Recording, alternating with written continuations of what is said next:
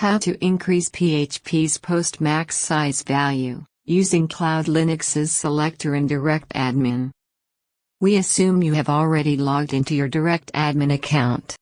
Go to the Extra Features section, and click Select PHP version. Click the Options menu.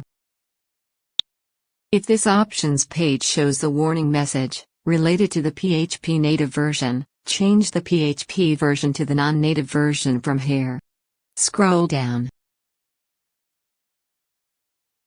The current max size for the post method is 8 MB. Now change the post max size value as per your requirements.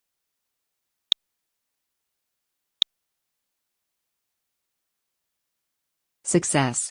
The post max size value has increased. This is the end of the tutorial. Thank you for watching.